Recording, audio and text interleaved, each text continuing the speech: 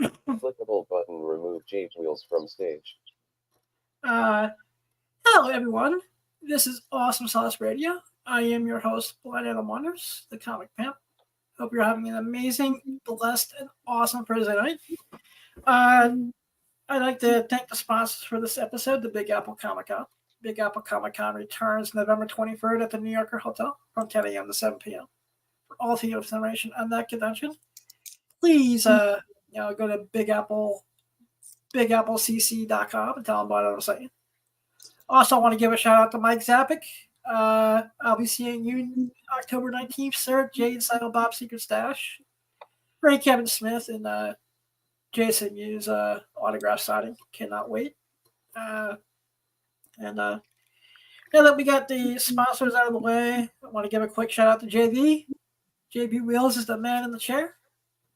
Thank you for all you do for me, man. No problem, man. We're here. Everyone, just check out I am JB Wheels all over the internet, and you will find Mr. I am JB Wheels. Now, tonight's special guest is an actor, a musician, a writer, a poet. He was in some of the greatest movies of all time. He was in Clerks. He was in the greatest Get Rid of the Date You Don't Want movie of all time, Vulgar, Garden State, an accomplished musician, Scott Chiato, Mr. Chili's Gutman. Hey, what's going on, Adam? Hey, how you doing tonight? I'm doing good. I'm doing good. Boy, that was some intro, man. I thought you were bringing on some other cat. No. You know that you're one of the three movies that helped make me the person I am today. So. It's always cool to hear of vulgar fans because a lot of people didn't give that film a chance because of the a lot of the because of the subject. Can you? Let's start. Well, I guess we'll start in the middle of one of my questions. Can you tell my audience what the movie Vulgar is about? Vulgar is about a man who, played by Brian O'Halloran, Will. I'm forgetting the character's name, but it's Will something. I don't think it's Will Smith. Oh my God!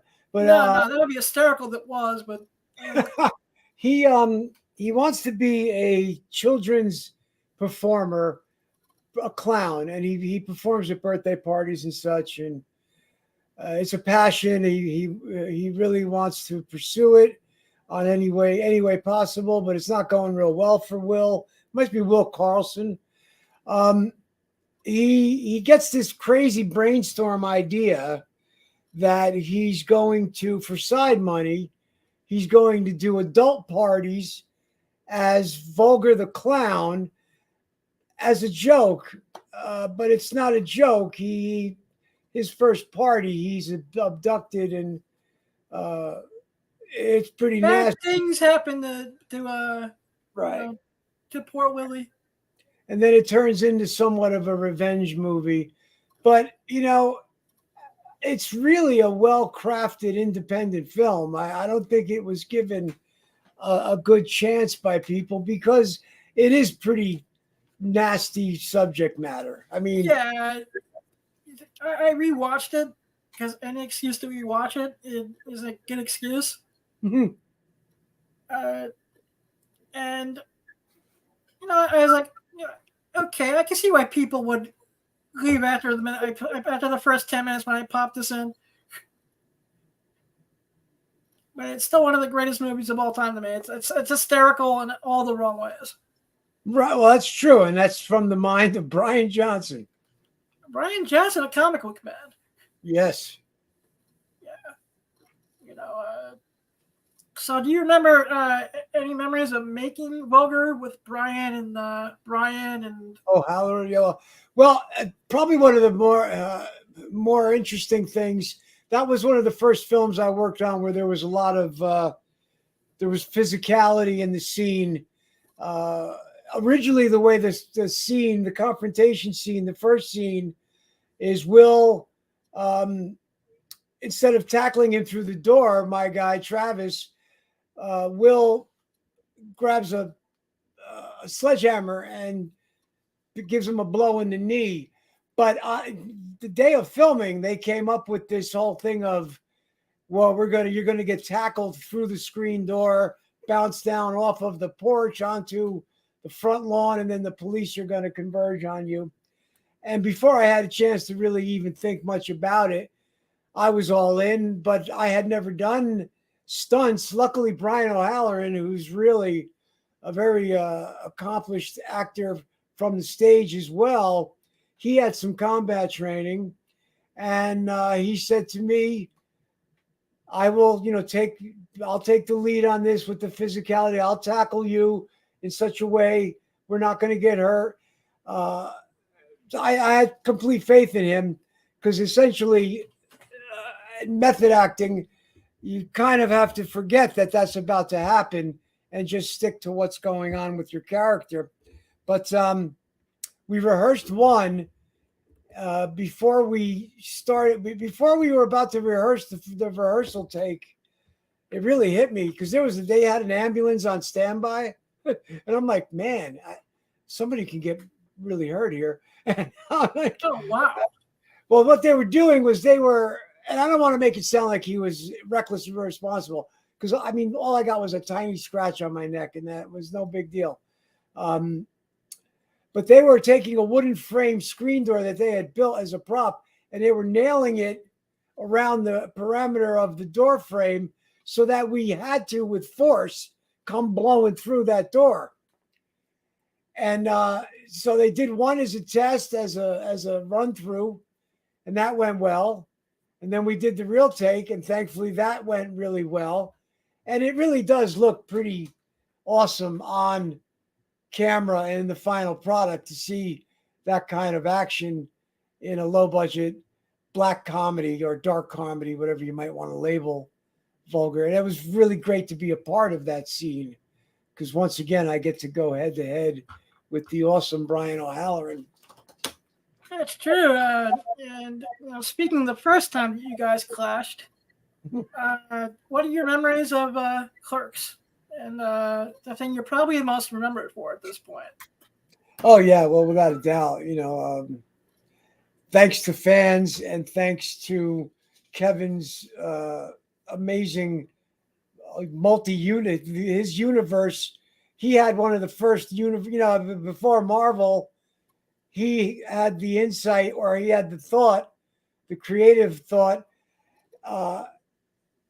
to connect a lot of the movies with characters that kind of pop in and out of each movie. So you're getting this sense of a world unto itself. At least Clerks, Mallrats, and Jason Raymond all have interconnecting characters. But I was very fortunate to get that role, because if you were an actor auditioning and you didn't get one of the leads, one of the cherry roles was the Chewies gum guy, or perhaps Rick Derris.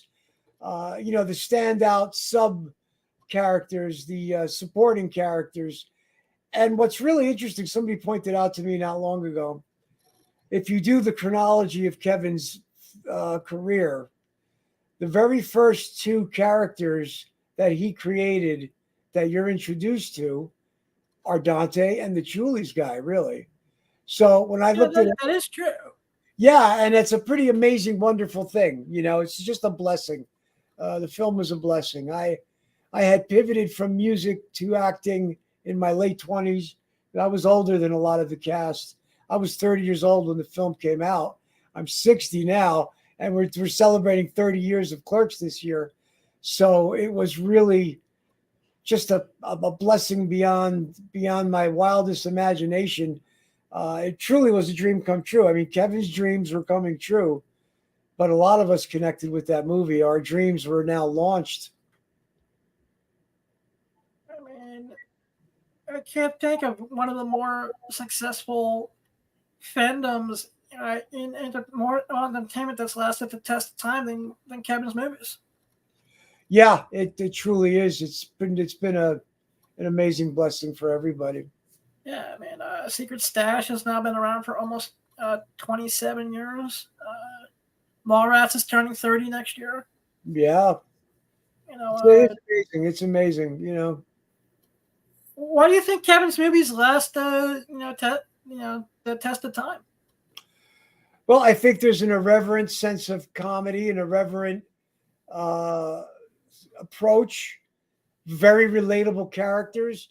When you take a film like Clerks, most people, no matter where they end up in life in their careers, early on as teenagers, late teens, early 20s in college or whatnot, we all have had jobs where we kind of have to, not all, but most have had jobs where they had to service the public and deal with the public. If you worked in retail or if you worked in a number of places, you had to deal with the public. And it was always a kind of a chaotic, crazy mix of people you had to deal with every day. So it was highly relatable, I believe. And I also believe the Gen X, that generation was one of the first generations, kind of what they say, overeducated, underemployed. Here's these two guys working at a convenience store and a video store, but having these really well articulated discussions and arguments about Star Wars and various things. If you listen to how they speak, they're very intelligent and really funny. So all of that added up, and it really caught on, and it stayed through generations, which is what's mind blowing to me, which has been, again, just a gift. You know, 'cause I think I shared this with you when I first messaged. The first time I met you and Marianne was at the Big Apple Comic Con back in 2012. We were actually set up next to each other. Oh, that's, my brain's getting a little foggy now at 60, and the conventions start to add up over 10, 15 years, and it gets a little blurry. But I do remember that show because we met Henry Winkler. Yeah, because Henry Winkler was a few tables down from us. Right, and he was such a sweetheart to us. Like, he loves actors, and he just embraced us like he knew us his whole life, which for me, I grew up with Happy Days, basically, so. Same here, because I went up to his table and he just like walked out in front of the table, gave me a hug. Thank you for coming. And I was like, flabbergasted.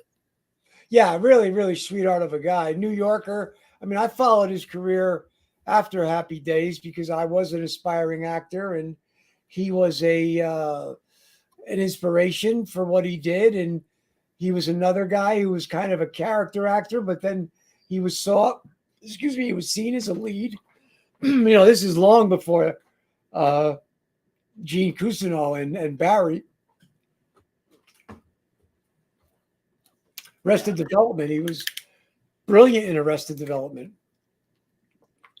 I gotta go back and watch that, but I have not watched Arrested Development in a while. Great stuff. There is another movie of yours I was interested in. I was trying to find. What's Idiots Are Us?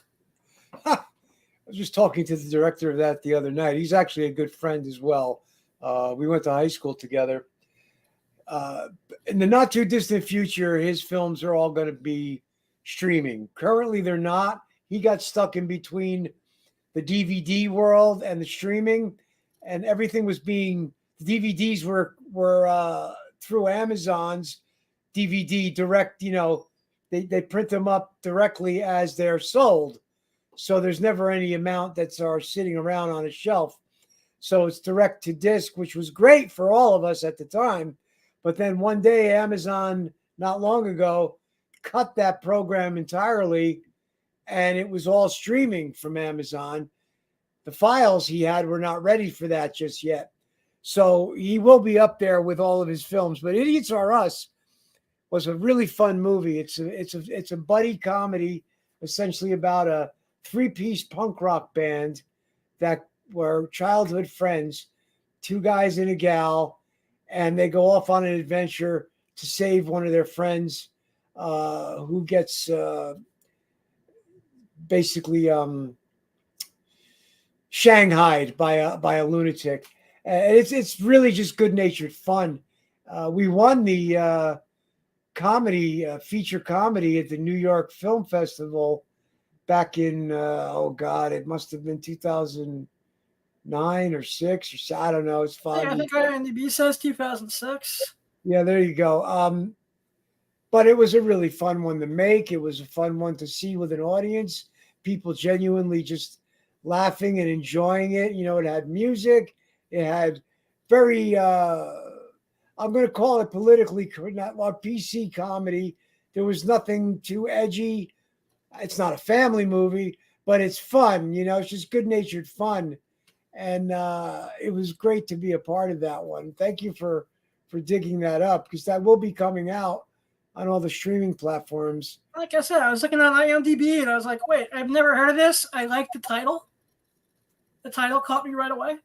Yeah. Oh, that's great. Thank you. It'll definitely be eventually when we get them all streaming on my social media. I will be, you know, shouting it from the rooftops because I'm very proud of a lot of the work I got to do. I just, and not because of anything other than a lot of it was done in that true independent nature with a small budget, and we did our best with what we had, and a lot of them were non-union.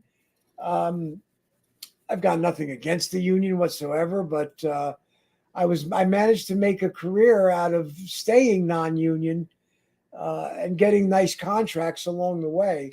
So I'm very, very much grateful for all of those opportunities, all of those films. I'm now embracing music a little more than Yeah. the acting. So, what made you go back to your roots and focus more on the music versus acting in movies? Well, you know what it is. I mean, of course, and I'm getting older, whatnot. My mother-in-law, I've become her full-time daily companion, and she is a lover of music. So I hadn't played a lot of guitar in quite a while. I mean, I did a lot of music for films, but I wasn't playing a lot of guitar at one point, and guitar was my main passion from the time I was a child. But I strapped on the acoustic, and she and I would, you know, for hours sing the old standards, Beatles, Stones, you know, House of the Rising Sun. And little by little, I was really getting back into playing every day. Now I'm playing every day and I'm getting my chops back. And she's a wonderful audience because she loves it. She's never said, hey, give that, you know, guitar a rest. So I got to really get my musical prowess back in shape. And I reconnected with the guys I had played with and wrote with for years. And we decided this was the time to put the music out because we had recorded a few albums that had never been released Oh wow! under the moniker of Francis Fell. Francis Fell. FrancisFell.com. Francis Fell on all the major places you get your music, Spotify. That'll be happening on October 11th, Friday, October 11th. We're dropping our first digital 3-song EP. And That's awesome sauce. yeah, I am over the moon with excitement. And I didn't think it was possible at age 60 after having the life that I did have to be this excited about a creative endeavor, but I'm over the moon with it. It just shows that, you know, if you put your mind and your heart into it, that you can come back from anything. And you're right about that. It's all about passion with the music. When I got back into the guitar and rediscovered it again, like I was a 13-year-old kid all over again, I totally connected with the passion of what's involved with that. And you know, I got lost for a long time with the not lost, but I had been doing a lot of computing. My studio was fully computerized. You know, I did nonlinear editing. The point I'm trying to make was I was really into computers, internet, like the rest of us. But the beauty of the guitar was it's just you and the guitar, no internet, no software, just me and the guitar. And it was just wonderful to rediscover that. That's awesome. And you said it comes out on Spotify October 11th. October 11th. It'll be out on all the major platforms: Amazon Music, iTunes, Apple, YouTube. Of course, we're starting from scratch, building a bit of an audience, but I just couldn't be more excited and so happy for the music actually coming out in a professional manner. Our singer is mind blowing. I fell in love with his voice 30 some odd years ago, put a band together specifically to play with this guy because he was so amazing. Now I can't wait for the world to hear his voice.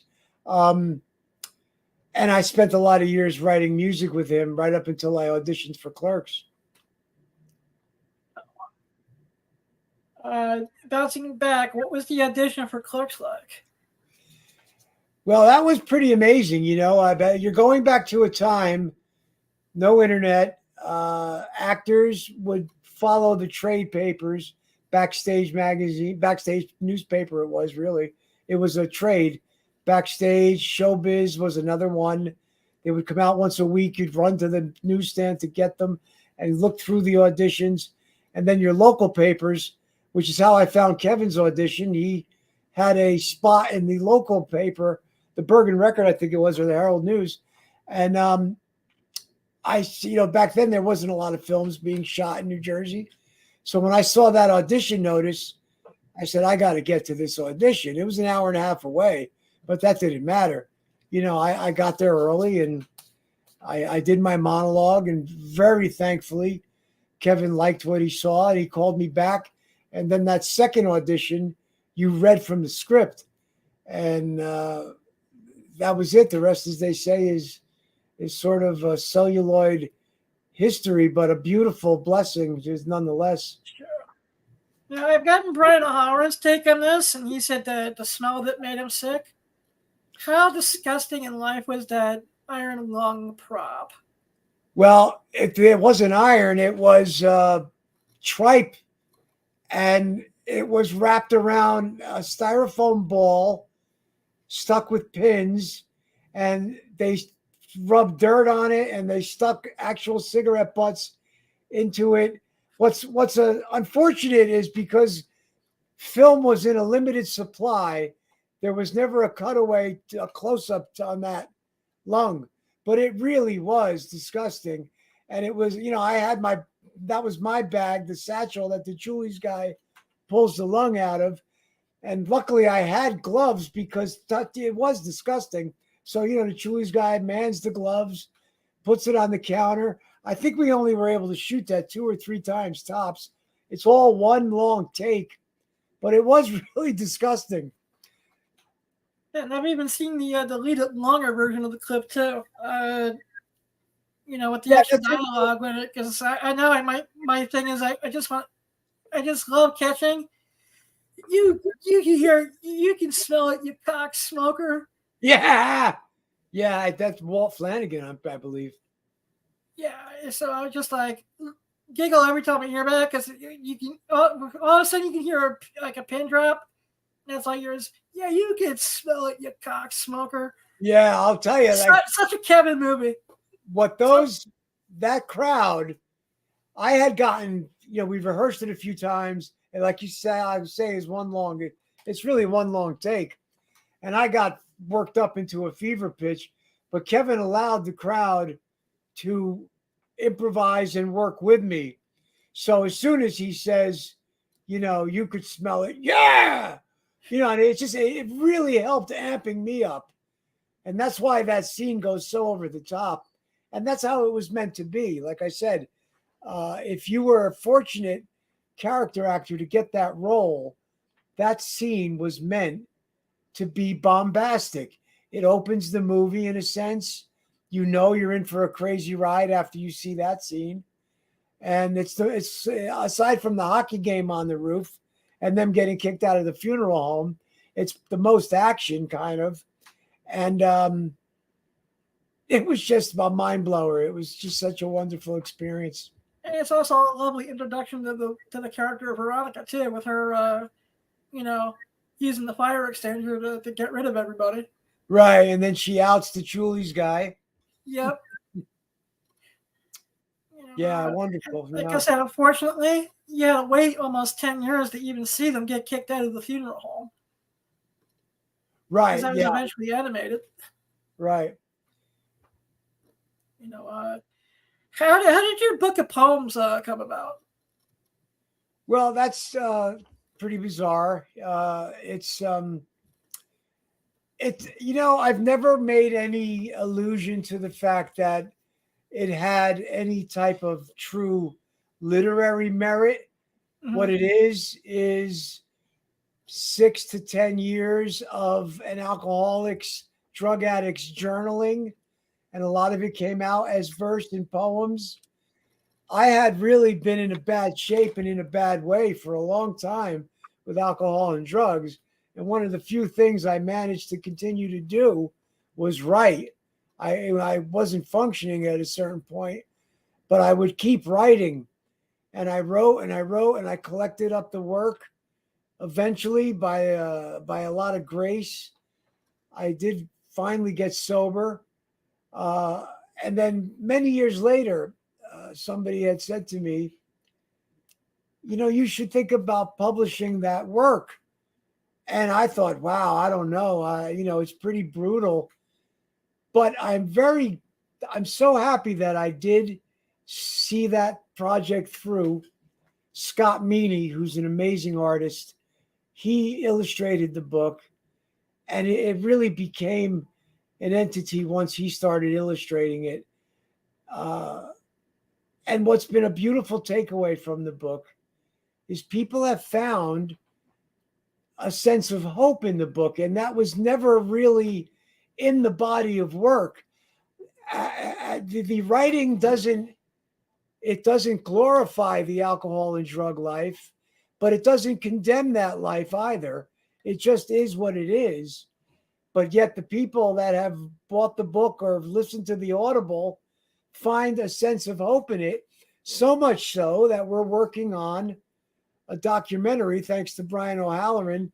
He wanted me to do the show as the book is a one-man show.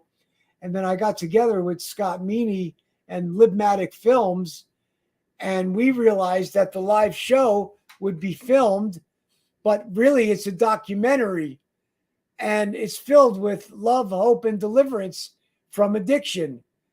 And That's awesome. It's another project I'm blessed to have in my life. Congratulations on that. That's a part, I think, of illness that doesn't get enough light shedded on it, and when it does, it seems to be more, whether it's mental illness and or addiction. Exactly. Many we've come a far way from what it was, say, 30 years ago, but I think we still have leaps and bounds to go. You're absolutely right. And the fact that I've been blessed to make it through that and not share, that's a crime. I have to share my story, because if it gives one person some hope, that it's more than worth it. When I was at the bend of my rope, I was sure I was going to die from drinking, and I didn't even care anymore. So there were a lot of people who I followed that were actors and musicians. When they would clean up, I found it very inspiring. So, the fact that somebody in the cast of Clerks, along with Jay, because Jay ended up having his own story, and thankfully he's clean and sober now, many years. But if we don't share that, over 20 years now with Mr. Muse. Well, Muse is more like 13. 13. Celebrated like 13 or 12 or 13 or 14. I'm coming up on 19 next summer.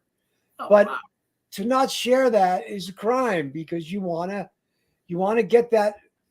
And who really needs to hear some of these things is not just the addict and the alcoholic, but the family and friends. Alcoholism and drug addiction, you take hostages. It's a heartbreaking thing. It is. I thank you for writing the book. I'm going to check it out on Audible now that I know that it exists. what advice would you give to someone who's struggling with drugs and alcohol, who's thinking of getting help but not quite there yet?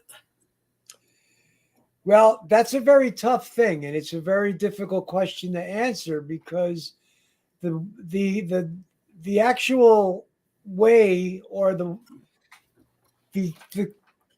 chain of events in my life that led to my sobriety, a lot of those things were out of my actual control, and they needed to be, because when I controlled things, I never stayed sober for more than a few months, maybe a year one time. And then I'd be right back to blackout drinking and ending up in detoxes and rehabs. I mean, it was really dire. I can't express enough how dire it became. But I had health issues manifest over time from my addictions. And I had a wicked, almost fatal bout of congestive heart failure. And that was a real wake up call. And I became a full time heart patient for a few years. There was no place for alcohol in that. And my amazing wife never stopped being in my life or supportive. So between those two things, suddenly 3 years had passed and I hadn't had a drink. And when I realized that, it was a real epiphany. Not only did I not have a drink, but I no longer longed for it or missed it. In the past, when I would try to get sober, I hated my life without alcohol, and I was a miserable, dry drunk. I would walk my dog and stare at the liquor store for 20 minutes and watch people come and go and be furious that, oh, they get to drink and I can't drink. That's how miserable I was. I was obsessed with it even when I didn't drink.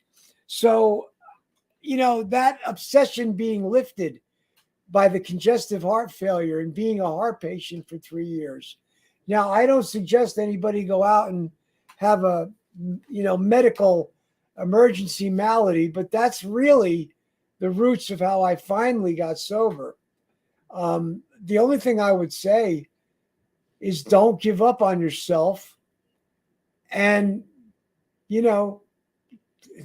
you got to keep at it. I don't know. It's really a heartbreaking disease. It's a terrible, terrible thing. It destroys families and friends and people. Alcohol turned me inside out. I was a shell of whoever I was before. It was, and I had a wicked drug problem on top of that. It wasn't just alcohol, but ultimately alcohol would be what my real demise would be. Wow. Thank you for answering the question as honestly as possible. I appreciate that. And I hope that answer, provides someone out there with a little bit more hope that, just by not giving up on yourself, that one day you can see things grow. That's absolutely the best thing I could say. Don't give up on yourself ever, and do not take it. See, what happens with a lot of alcoholics and addicts is it's kind of rare somebody makes the decision to get sober, maybe goes through a program, and then they either go to 12-step meetings or they go to therapy. I had much more success with therapy than actual 12-step meetings, but I did all of it in the beginning. But there's a lot of relapse involved, and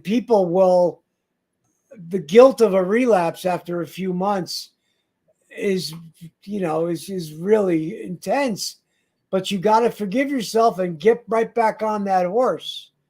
I couldn't even imagine how many times I got 3 months sober, 6 months sober, 2 weeks, a year, and went back to it. But, I really was at the end of my rope, and I really thought it was curtains, in all honesty. And I had given up. I really did. And I'm not taking my own advice here, but one day, the idea that the only way, and my mother was alive at this time, and broke my heart and broke her heart, but she got the brunt of a lot of this, and it killed me.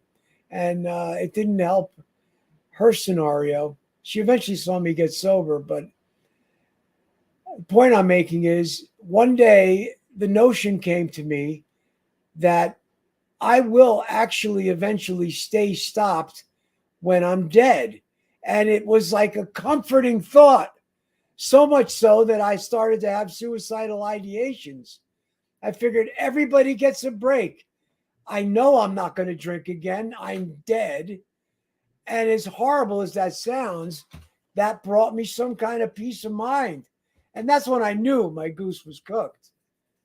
So, I thank the higher powers that be, whoever you choose to pick as your higher power, that I did not go through with any of these suicidal ideations, and that I didn't die from an overdose or from alcohol poisoning, which I had many times.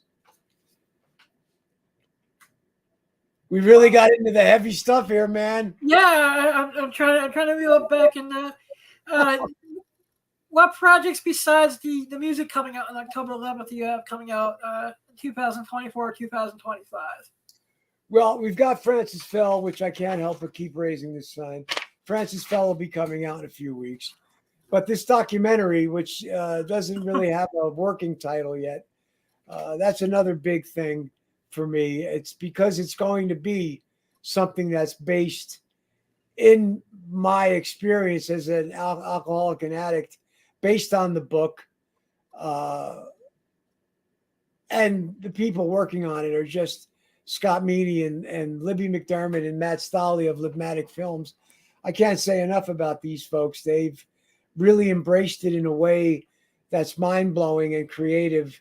Brian O'Halloran planted the seed to do it as a live show, and there will be a live show element to it, but it's going to be primarily the end game is a documentary film. So that's a big one. I have a role in a movie by David Madison I'm pretty excited about. That's awesome. Full Moon Fever. It's a werewolf movie, and it's a werewolf movie not unlike anyone you've probably seen. It's a low budget, low key.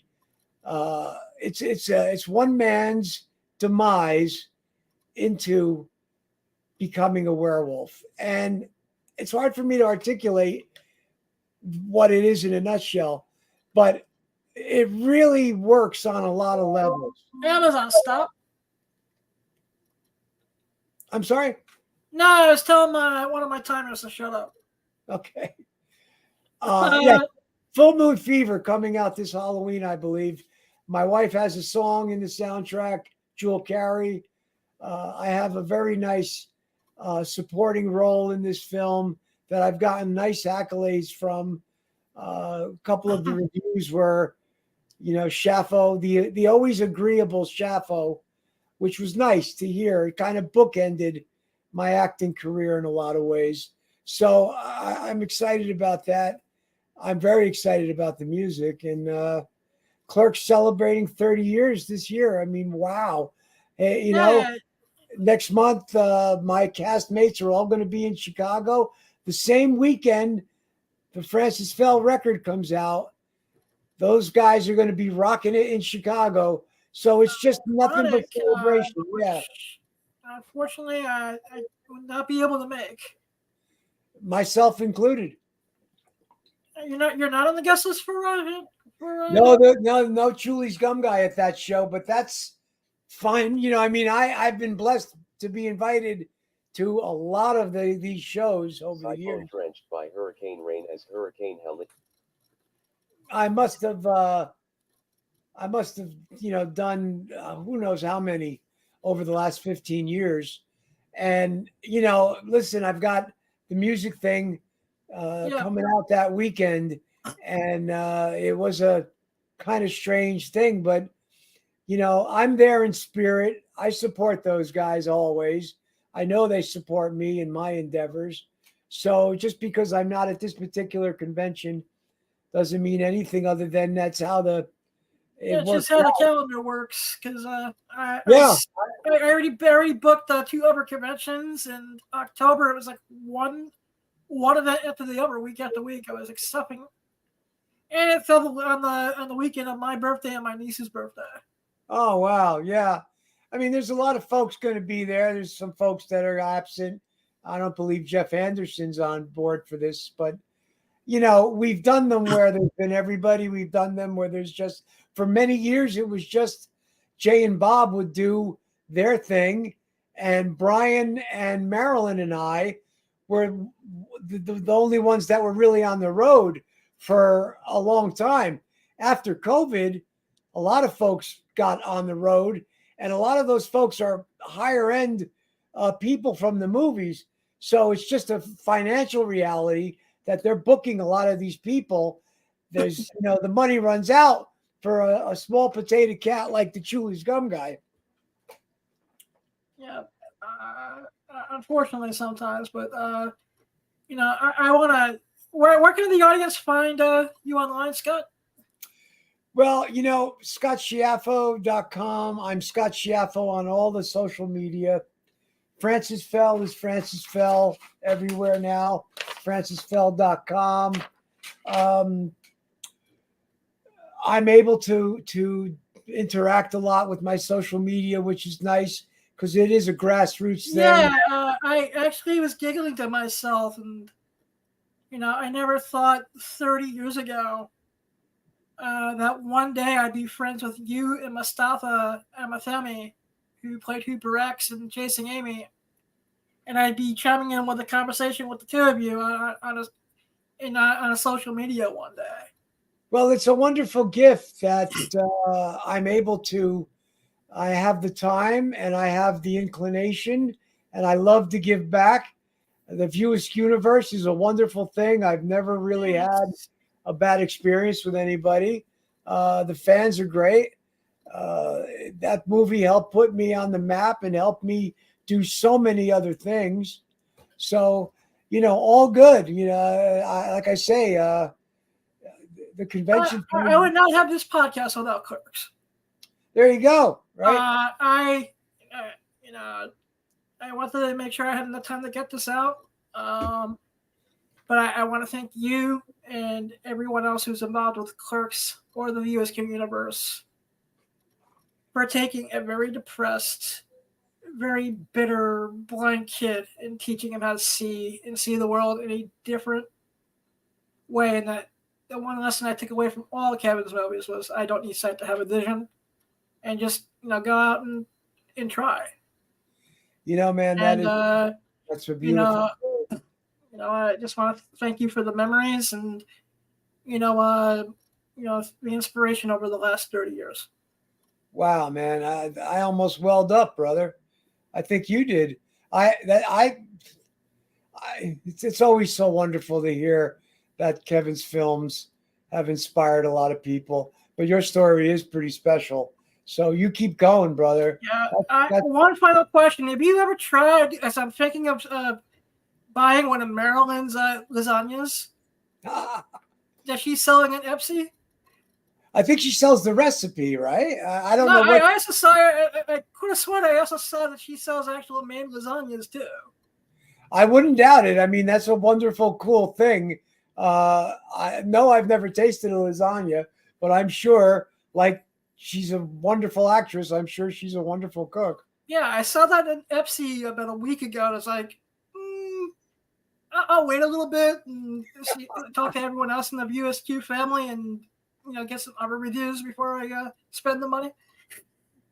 That's very cool. Yeah, my castmates are really magnanimous. They've helped me do signings for my animal charity. Well, it's not my animal charity, but my chosen local animal charity.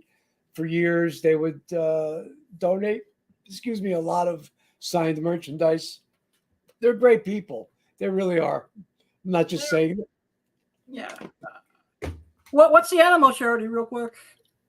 It's called Angels of Animals. They're located in Clifton, New Jersey. Oh, nice. It's based out of Clifton, out of New Jersey. and I did a lot of the signings and gave a percentage to the Angels of Animals because my wife has turned me into the biggest animal lover on the planet. I'm a huge cat daddy. We've got a ton of cats. You know, feral. We've saved a lot of cats, and you know, the animals can't speak for themselves, much like children. You know, it's a terrible thing. Obviously, my heart goes out to that type of scenario. That's why I chose to use that charity as an outlet. Yeah, I'm fastly becoming friends with the new cat we took in. Oh, My dog passed away last year from liver failure, and oh, my parents got a cat like 2 weeks later because the dog we were looking at almost broke my mother's back at the oh, rescue. wow. Yeah, the husky was just too powerful, so the lady was like, "We have a cat we think you'd be perfect for," and we have like the real life Garfield now. And the only time it bothers with me is just like, hey, Mr. Blind Fat Guy, he's the one he makes sure when there's no other humans in the house, the ones I like, he'll make sure there's snacks on my bowl. Oh, you know, cats are amazing. They really have deep, multifaceted personalities. All of them. I said, look, sometimes he can be quiet. He's quiet as a mouse, and then I love it when my cat Alex doesn't get his way because he'll scratch the furniture and he'll start jumping on things, and it's hysterical. Just today, Diana Devlin, who was Brian O'Halloran's partner for 20, 30 years at least, she's a big cat person, as Brian is also. She was on her Instagram. She had a picture of one of her cats, and we were talking, her and I, and she was saying how crazy it is that she's sweet. Like the one Fiona is really sweet, but when she wants to make a statement, she's tearing up the place, and she could be a real, you know, bitch. Yeah, you can use the full word here.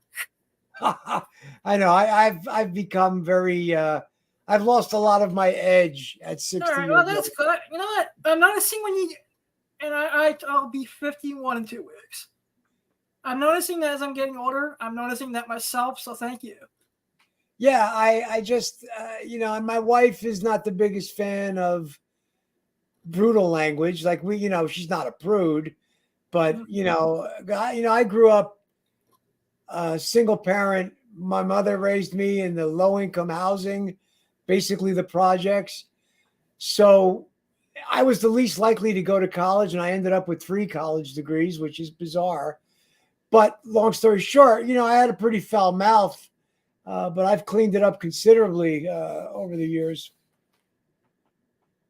Yeah, you know, like I said, I think it just comes with wisdom and age and life experience as you get older. But once again, I want to thank you for sharing some of your evening with me, and thank you again for the memories. And I hope to see you at a convention or an event down at the Stash I really want to put it in Ernie and Ashley's year that they need to do a screening of Vulgar at Smart Castle with the cast there. Yeah, you know, I think they've been kicking that around, and I think it's going to happen eventually. You know, this way I can do it. That's the only one of the movies that has Kevin's name attached to it in any shape or form that I've never seen on the big screen. So that would be a blast. Wow, that's. Have you ever seen Vincent Pereira's film? A Better Place? Yeah. Yeah, I have. I actually own a VHS of it somewhere. Wonderful film. You know, I've seen that. I've seen Drawing Flies a few times. You know, I still need to see the 4:30 movie, which I'm sure I'll do once it becomes digital, but just because of scheduling and everything, I have not a chance to go to the theater. And the one at the Smart Castle, Watch with Kev, was sold out by the time I decided I was going to go. Yeah, wow. You know, but you have an amazing evening, and thank you for everything, Scott. You too, man. Thank you for having me, man. My pleasure. All right, good night. Good night. Hey, JV, can you please roll the acting demo reel from IMDb? Gotcha.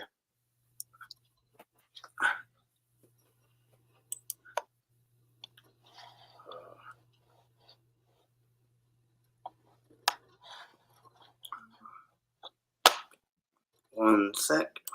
All right. Put this on the big screen.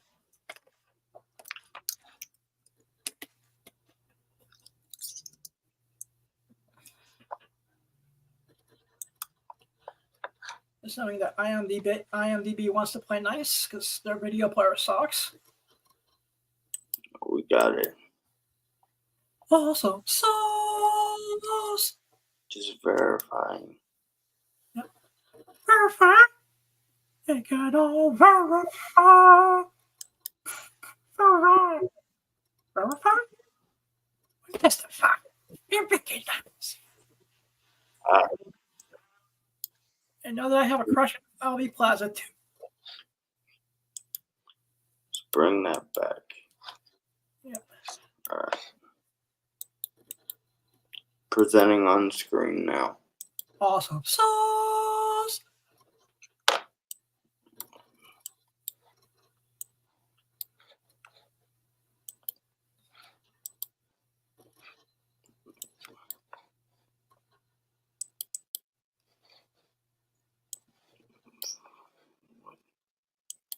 There we go. A little delay, but we're back. Yep.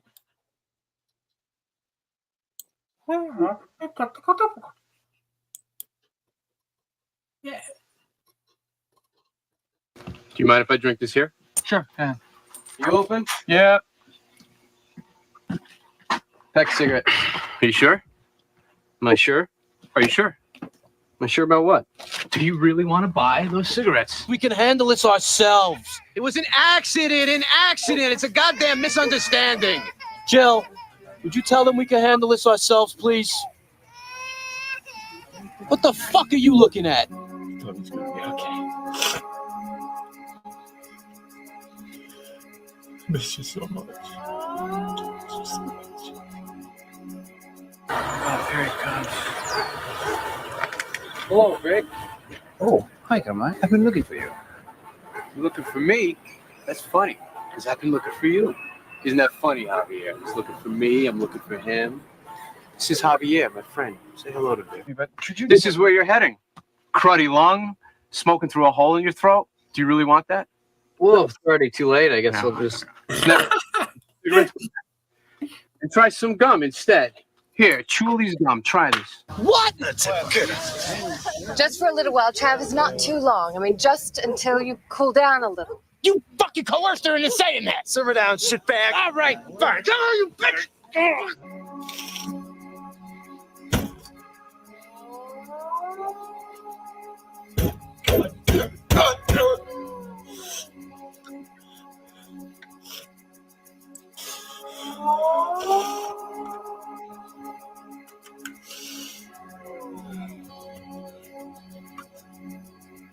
You got my money, Vic?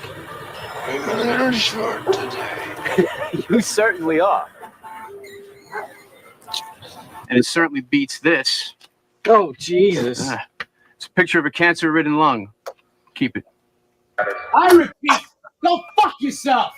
She's in charge here, not me. Not you, her. Jill started all this shit. Ashley knows it too. You hear that? She knows. Honey, hey. Talk to me. I'm a cop. Who did this to you? What? Oh no, nothing. It's just like, I got no time for your sob stories. I'm gonna go easy on you, though.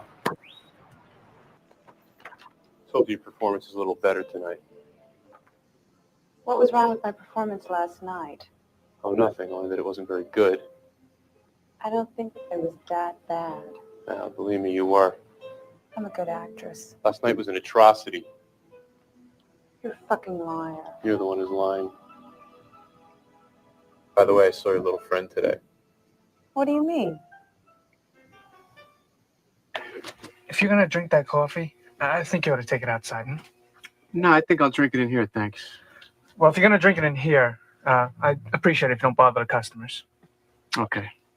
I'm sorry about that. Pack of cigarettes? What's that? This? How long you been smoking? I'll tell you what'll be better. Send that bitch in here. She comes in, Ashley comes out. Why? Committed suicide about a year ago. You sure? The same kid? He was suspected of attacking her in the same park last year, though. Maybe it's somebody that looks like him. How's the girl? She's going to be okay, thanks to you. Hey, what were you doing in the park so late last night anyway? Just getting some air. I was clearing my head. You sure we're supposed to meet him here? 10 o'clock. What's 10:01? Well, let's go. Come on. I mean, hold your fucking horses. What the fuck? What the fuck is that? You fear failure. Failure. You're spending what? 20, maybe $30 a week on your cigarettes? 40. 53. $53 a week on cigarettes. Come on, would you give somebody that much money each week to kill you? Because that's what you're doing now by paying for this so-called privilege to smoke. If your mother would just listen, we wouldn't have to go through this.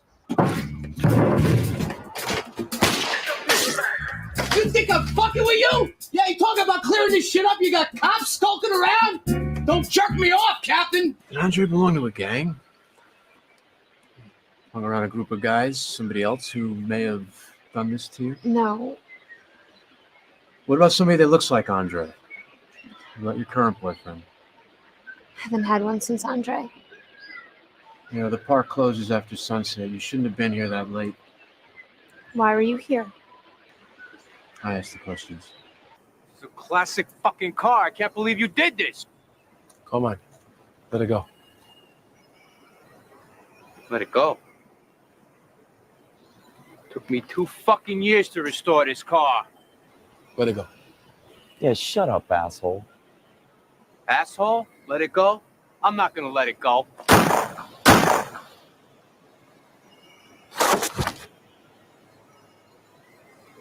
Of course we're all gonna die someday. But do we have to pay for it? Do we have to actually throw hard-earned dollars down on the counter and say, please, Mr. Merchant of Death, sir, please, sell me something that'll stink up my breath and my clothes and fry my lungs? That's the way it's gotta be. If I go out, I ain't going out alone. I don't mind taking a few of you fucks along with me. Your research. I got a nutcase out in the park slicing up young girls, all right? And I got news for you. It's not a ghost. It's flesh and blood. You know what you just fucking did? I just shot Howdy Doody. No, you just shot a fucking cop. A cop? You're bullshitting me. This is good. What, you're not bullshitting me? This is bad. No, of course it's not easy to quit. Not when you got people like this mindless cretin so willing and ready to sell you the nails in your coffin. Oh, now wait a second. Yeah, now here comes the speech about how he's just doing his job by following orders. Friends, let me tell you about another group of hate mongers that were just following orders. They were called Nazis. Fucking Nazi. Yeah, and they practically wiped an entire nation of people off the earth, just like your cigarettes are doing now. Who had such a hold on her, he's choking the life out of her. What the hell does he want? Second chance? Some people don't deserve a second chance. No, you're right. You're right, but maybe this kid does. You are one stupid fuck. That is the cop that was setting me up. So I did you a favor. You know what they catch me? That is the fucking chair. You know what? I don't know you. I didn't see shit. I'm the fuck out of here. Where you going? Far away from you and this place. And if I were you, I would do the same fucking thing. Hey, you want to ride? The fuck is this? You know, the people that partake in the practice of smoking or the selling of the wares that promote it are the Nazis of the 90s. Do you think he cares how many people die from it? No! I wasn't on duty. It's my daughter's birthday. I didn't know you have a daughter. I did. She died a year ago on her 16th birthday.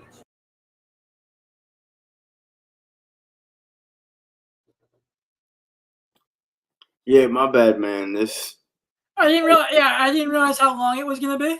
it's like 9. You got about another minute and 30 seconds left, but yeah. Yeah, that's fine. Not a problem.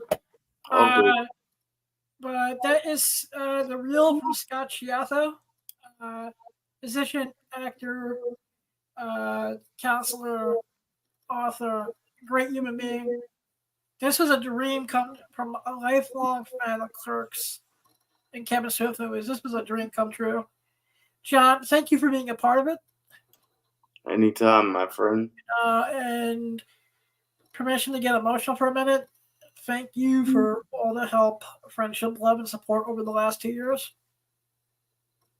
And I could not be taking this journey without you, and I thank you for being a part of it.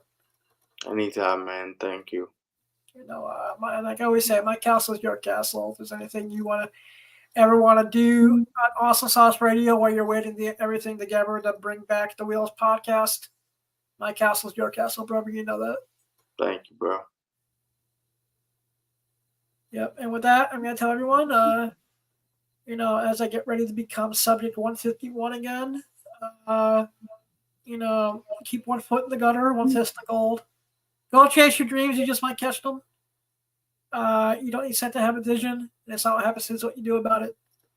I love you all. Blood out. I'm out.